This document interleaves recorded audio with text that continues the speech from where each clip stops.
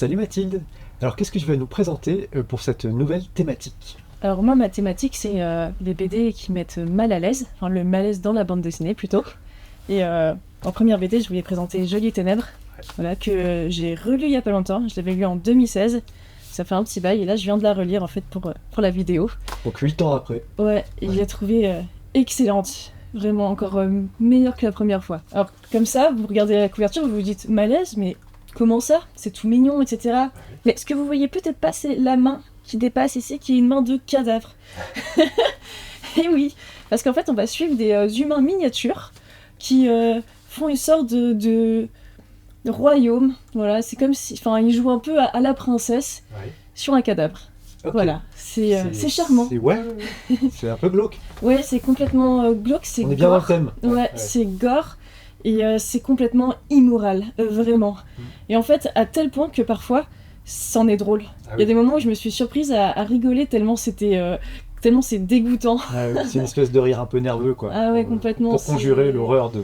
C'est monstrueux, c'est cruel, c'est génial. Bon bah c'est bien dans la thématique. Voilà, exactement. Et donc ensuite, Château de sable de Peters, donc un classique du genre. Ouais. Et Château de sable, de quoi ça parle? Ça parle de personnes qui se rendent en fait sur une plage et qui se rendent compte au bout de quelques heures qu'ils ne peuvent pas en sortir et qu'en plus, ils sont en train de vieillir prématurément. Ah oui. Voilà, ils passent une journée à la plage et en une journée, se déroule toute leur vie. Ouais, bah, comme on dit souvent, le temps passe plus vite en vacances. Ah, c'est le cas de le dire. Et c'est vachement dérangeant parce que on est face à une sorte d'expérience un petit peu sociale qui n'aurait pas pu avoir lieu dans la vraie vie, Bien sûr. clairement. Bien sûr. Enfin, je l'espère pas. C'est une très bonne idée de scénario, Ah oui, qui excellent. d'ailleurs a fait l'objet d'un film. Oui, de Shyamalan, Shyamalan. voilà, que je n'ai pas vu, donc je peux pas faire la Ouais, comparaison. ouais, bah, il n'a pas très bonne réputation. Donc Voilà. on se contentera de lire la BD. Qui est excellente. Ouais. On continue avec Blast. Si vous me demandez quelle est ma BD préférée de tous les temps, je vous répondrai que c'est Blast. Voilà. Ouais, bah, c'est la mienne aussi. C'est celle de beaucoup de gens, je crois. Je suis pas super originale, mais c'est une BD, quand on la lit, elle vous marque à vie. Voilà.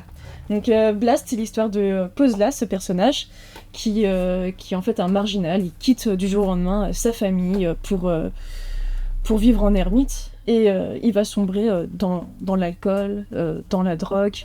Et petit à petit, on va découvrir sa vie, car en fait, il est interrogé par les flics.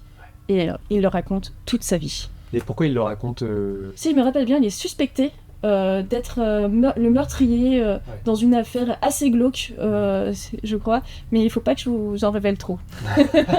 En tout cas, c'est une histoire glauque qui met mal à l'aise parce que c'est pas un personnage qui met à l'aise, tout simplement. C'est très dérangeant, mais Ouais, c'est assez fascinant. C'est une espèce de marginal. Et pourquoi ça s'appelle Blast? Le blast, c'est en fait parce qu'il se drogue et il y a un moment qui arrive où il est tellement en paix avec lui-même qu'il atteint le blast. Combien de tomes? Il y en a 4, 4 tomes. mais ça se lit vraiment sans interruption. Ouais, bah, moi, comme je dis souvent, j'avais lu le tome 1 à sa sortie, puis après j'ai attendu que les 4 soient disponibles. J'ai souvenir d'une lecture avec une intensité comme j'en ai rarement connue à la lecture d'une BD.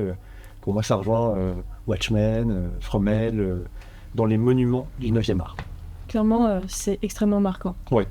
Voilà, et je voulais parler d'une BD, alors j'en parle vite fait parce qu'elle est plus en stock, elle est en rupture chez l'éditeur. Ça s'appelle Panthère, c'est de Bret Stephens. Alors Bret Stephens, on vous en a pas mal parlé ces derniers temps parce qu'il a sorti Le Roi Médus, qu'on a adoré.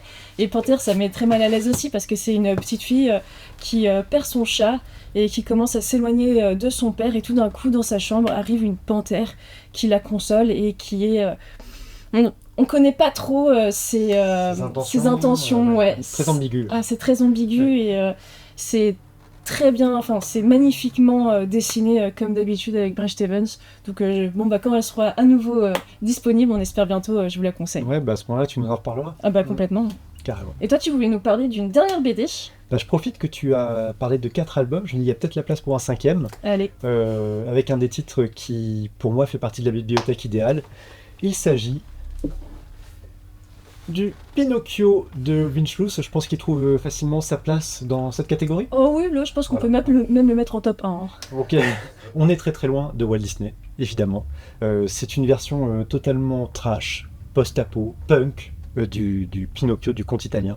Voilà. un indispensable. Je vais pas trop m'étaler dessus, mais Non, vraiment mais à lire là, t'as absolument. dit ce qu'il fallait dire, hein, clairement. Bon, ben, merci beaucoup de nous avoir Merci, écoutés merci. durant cette vidéo. J'espère que les BD vous auront donné envie. À bientôt. Prochaine.